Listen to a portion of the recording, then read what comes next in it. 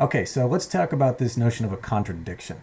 In this context, a contradiction is a problem that the system creates, but which is powerless to resolve.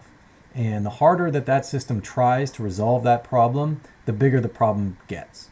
So, for example, with fascism, fascism is an ideology that promises cohesion, unity, strength, a return to a more pristine or wholesome culture, and glory and greatness for the people.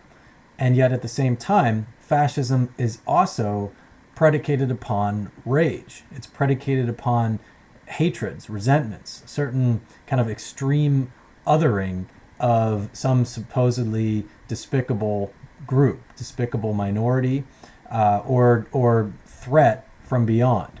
And so, on the one hand, fascism is a positive system, if you will.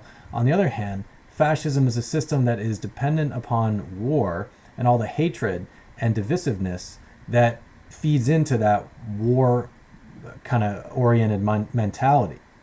And so ultimately, history showed that fascism exhausted itself. People just couldn't stay in a state of rage. They couldn't continue on with this thirst for bloodshed and conquest forever. Ultimately, Adolf Hitler predicted that the Third Reich would rule for 1,000 years, and in turn it just ruled for 12 years, from 1933 to 1945. And by the time that it had been decisively defeated, the entire world, including most of Germany for sure, breathed a sigh of relief. They were just glad to see that this era had come to an end. Communism, on the other hand, also is a system that is rooted in a certain contradiction. On the one hand, communism promises freedom, peace, equality, justice, fulfillment for the community, even fulfillment for the individual. And yet, on the other hand, in order to achieve those goals, in order to achieve those objectives, communism begins with the centralization of power and economic resources in the hands of the state. And even though Karl Marx, who was not a politician, he was not a political leader, he was just a theorist ultimately, even though Karl Marx predicted that once this centralization takes place and then in turn redistributes the resources of the community in common through this system of public ownership, then the state would, quote, wither away. But history in turn instead revealed that the state didn't wither away. The state became bigger and more coercive to the point where people didn't feel liberated by communism by any means. They felt oppressed or even enslaved by communism. And in both of these systems, fascism and communism, and in both of these contradictions, neither problem could be resolved through either system. Like, so for example, if you have this problem of the unsustainability of rage and warfare in a fascist ideology, well, you're not going to be able to fix that with more fascism. You're not going to be able to fix that by becoming more fascist. The more you do, the bigger the problem becomes. As with communism, the more you try to forcibly equalize all people and society as a whole, the more oppressive it becomes, the more that it abuses humanity rather than serves humanity or serves as the final kind of destiny for humanity, this classless utopia that Marx described. So Fukuyama believes that liberalism is the only system that has stood the test of time. Liberalism is the only system that is fundamentally free of this kind of contradiction. Basically, there are no problems in a liberal society, within a liberal framework, that cannot be fixed with more liberalism. So, for example, I said before that the end of history, as far as the United States was concerned, went back to 1776.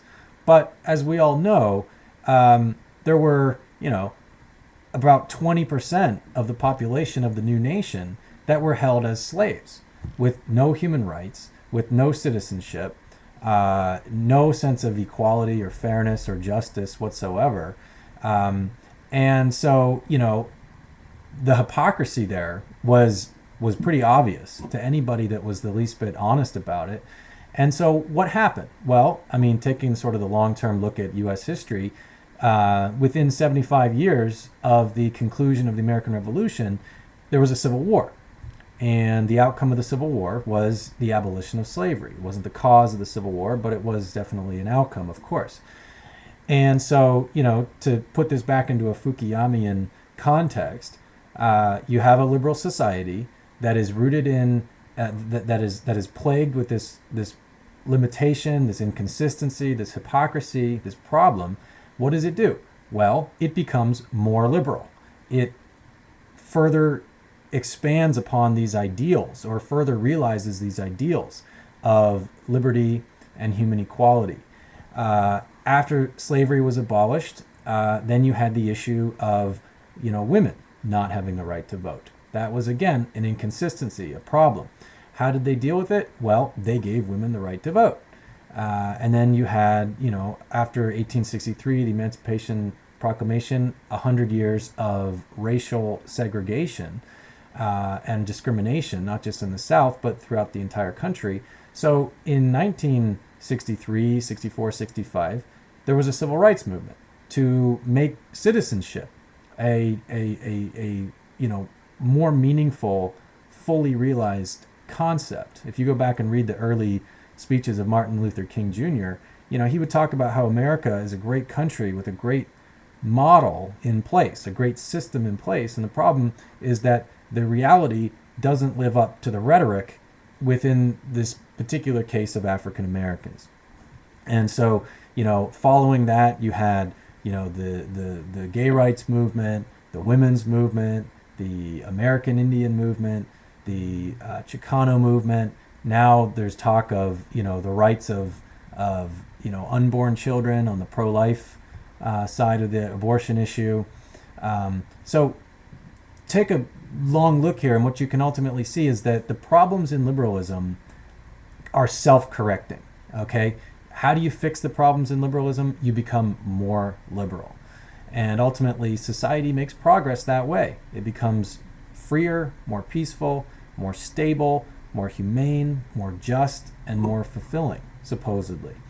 So that then is why Fukuyama is convinced that now that it's not just the Western nations, the post-industrial democracies that are post-historical, but really the rest of the great states, Japan after World War II, ultimately entered into the post-historical period, China in 1976 with the death of Mao Zedong and his replacement, Deng Xiaoping. Although China is still politically a one-party authoritarian state, economically they've completely committed to this global economy, a kind of a capitalist model for development. The Soviet Union, when Fukuyama was writing, Gorbachev was still in power, but he was talking about glasnost and perestroika and democracy. And by 1991, the Soviet Union was destroyed peacefully, and Boris Yeltsin replaced Gorbachev and tried to turn Russia into a democracy, and hasn't ultimately been successful. But that was the zeitgeist. That was the spirit of the age. So with those events happening in the late 80s and early 90s, in conjunction with everything else that had happened in the 20th century and in the preceding 2 centuries, Fukuyama was pretty confident in predicting that this was indeed kind of the beginning of the end of large-scale conflict born of profound ideological differences in the world and on a world scale. And that's why he indeed went so far as to proclaim this the end of history. Now, there are 2 potential setbacks. There are 2 potential rival ideologies that Fukuyama thinks could possibly derail the end of history. But he doesn't take either one of them all that seriously, and he explains why. The first one is religion. And the reason why Fukuyama does not think that religion is going to become a significant force in world affairs, that it will actually derail the end of history, it will actually convince people that they don't want to live in a democracy